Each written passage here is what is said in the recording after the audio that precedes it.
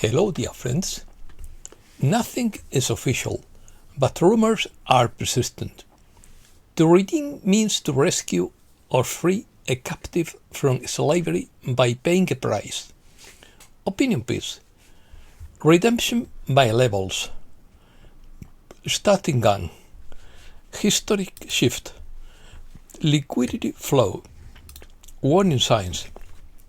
Gold acceleration. Change is coming. New financial order.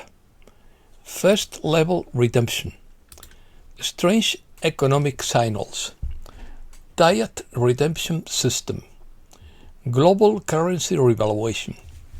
Historic shift in global wealth. This is not chaos, but strategy. Global monetary readjustment. Absolute calm before the storm. Let's start. A new financial order has begun, according to Media Grid. What we are witnessing is the beginning of a global restructuring of value, liquidity, and control.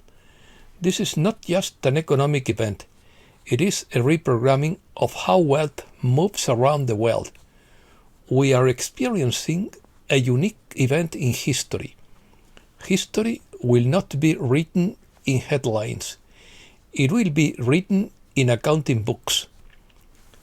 A strong rumor is spreading about the imminent global currency revaluation, focusing on the Iraqi dinar and the Vietnamese dong and the Zimbabwean dollar, with recent reports from banking sources claiming that major banks have completed so-called Tier 1 redemptions, which would have kicked off this historic process.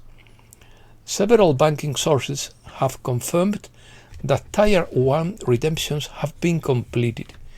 These disbursements were not televised, announced, or speculated about, where they were executed discreetly and surgically by institutions. This phase involved liquidating massive amounts of capital behind closed doors to high-level sovereign actors, such as central banks, treasuries, and intergovernmental entities. The completion of the first tier would be the global trigger point that has already led to changes in the internal protocols of major banking institutions. We don't see it on the news. Behind the scenes, banks are preparing for an event that will rewrite global finance. Several recent videos and publications mention that the internal screens of large banks would already be showing executable rates with redemption procedures initiated under international coordination. The so-called first-tier redemption assumes that the highest level banks would have already liquidated large volumes, which would be the signal many expect for global activation. However, the topic of global currency revaluation is reaching one of its peaks in October 2025, but it still lacks institutional validation, so it is crucial to remain cautious about any speculative moves. Therefore, any financial decision based on these rumors involves considerable risk. Investors are wanted to avoid telegram rumors, unofficial sources, and fake refund centers. Only official banking infrastructure will be used for legitimate refunds. If it doesn't come through an authorized channel, it would be a trap. 3 countries. Global currency revaluation intensifies as Iraq, Vietnam, and Zimbabwe prepare for an economic transformation. Iraq's $100 billion reserve triggers a global monetary readjustment. Major banks maintain their fixed rates. Vietnam and Zimbabwe position themselves. Prepare for a historic shift in global wealth. Iraq has already confirmed more than $100 billion in foreign exchange reserves a historic financial cushion. This capital, coupled with oil wealth and strategic foreign alliances, positions the dinar for a strong and imminent revaluation. This is not a theory. Iraq is ready for a new monetary era. Zimbabwe no longer issues fiat currency as it once did. It now uses its currency as a bond-like instrument linked to national assets and humanitarian development projects. This gives the Zimbabwean dollar a function, not a fantasy. The Zimbabwe dollar is being reborn as a smart financial instrument, not monopoly money. The Vietnamese dong is quietly moving toward revaluation thanks to its trade surplus, sustained GDP growth, and international investment. Money is not inflated. It is earned through economic discipline. Vietnam's strategy is not speculative. Revaluation seeks to align the currency's value with productivity, exports, and real growth. Steps. A tiered redemption system is a sophisticated architecture for managing global monetary readjustment.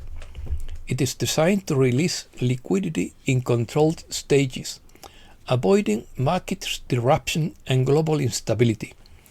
From Tier 1 sovereign states to Tier 4B common private holders, each tier represents a specific class of stakeholders. This is not chaos, it's strategic.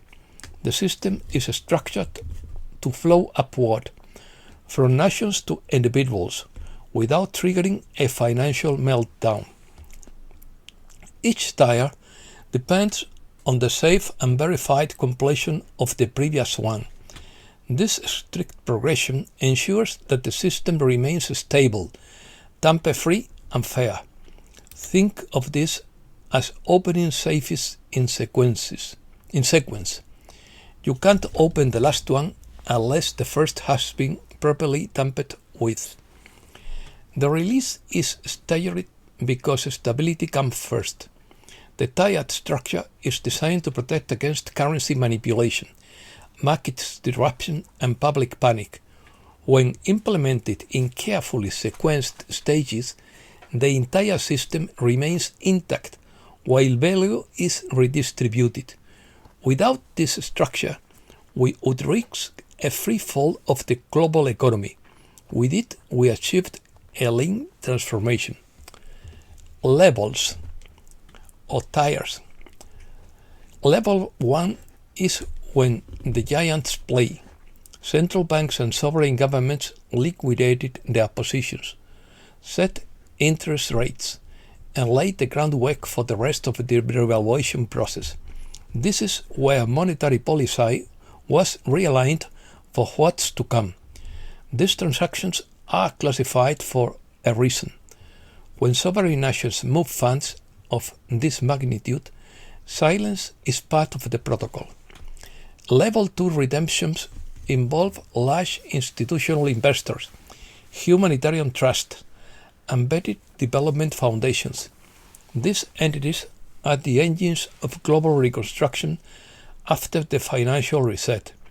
Their funds will be used for global development, infrastructure, education, and poverty eradication. The second level is where good money meets good intentions. Only vetted and transparent institutions will proceed. Level 3 triggers redemptions for high net worth individuals and private investment groups. These refunds require customized legal agreements, tailored compliance oversight, and unique financial instruments due to their size and potential to influence markets. Level 3 is the most sensitive. A single misstep here could destabilize entire sectors, hence the intensity scrutiny. Level 4B is the people's turn and will be the most anticipated moment because private investors are expected to access the refund. Level 4B includes holders of Iraqi dinars, Vietnamese dongs, Zimbabwean dollars, and other historical currencies. This is where the economic reset comes to the people. Middle East. The Israeli government approves the initial peace agreement with Hamas. Israel will not release Hamas members who acted on October 7th or leaders like Barghouti. Ceasefire in Gaza. Israeli troops begin to withdraw from urban areas of the Strip. The ceasefire in Gaza remains in place as the Israel Defense Force withdraw, beginning a 72-hour countdown for the release of hostages. Gazans will have an open border with Egypt for entry and exit, subject to EU and Israeli approval. Oil prices fall to their lowest level in 5 months after the ceasefire in Gaza. Trump, in quotes, "Gaza is the 8th war I have solved, and the next will be Ukraine." Trump says the agreement is solid, but he's not sure he can force Netanyahu to abide by it. "I guess we'll find out soon enough," says Mike Adams. The UK, France and Germany hold an emergency meeting to take control of the Gaza peace vote. Russia praises Trump's Gaza plan as the best option that exists, in quotes. Blackwater founder Eric Prince suggests the Pope launch a crusade in Nigeria to protect Christians. Major 7.4 magnitude earthquake in the Philippines. An earthquake south of the Philippines and its aftershock trigger a tsunami warning. Europe. European markets plunge as Trump threatens China with tariff hikes. Macron will name a new prime minister to avoid snap elections.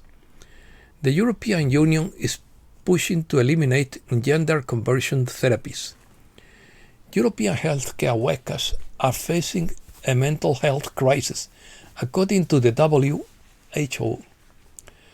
Luxembourg joins the Bitcoin race and buys cryptocurrencies for the first time. Luxembourg, it's pronounced. The UK Green Party demands the abolition of private property. More than 1,000 migrants crossed the English Channel in small boats to Great Britain in just one day. Greenland doesn't want to join the EU, nor will it become part of the US. Spain. Trump says that, quotes, maybe they should expel Spain from NATO. 40% of young people say they have suffered physical violence in childhood and 28% sexual violence. Madrid hospitals, overwhelmed by illegal immigrants, suffer long waits for medical care. Spain acquires a second AI superfactory located in Santiago de Compostela. Red alert in Alicante and Murcia due to the passage of Storm Alice. Americas. Maria Corina Machado wins the Nobel Peace Prize. New escalation of warfare off the coast of Venezuela. The US is working on a strategy to remove Maduro. Maduro secretly offered vast resources to the US to avoid war. The Peruvian Congress swiftly removes President Dina Boluarte. The Peruvian Congress appoints the interim president after approving Boluarte's vacancy. Fuel protests plunge Ecuador into a political crisis. Hurricane Priscilla intensifies in the Mexican Pacific.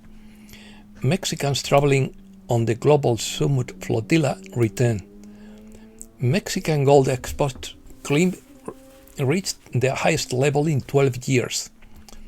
Half of the political parties in Mexico do not submit their expense reports as required by law. The US bailout of Argentina begins. The Argentine peso would be the first to revalue, according to Stephanie Starr. Soybeans placed Argentina in the middle of the dispute between China and the US. Milei put on a musical show at the most delicate moment of his administration. Despite US tariffs, Brazil achieves record exports. And that's all for today. Thanks a lot, dear friends.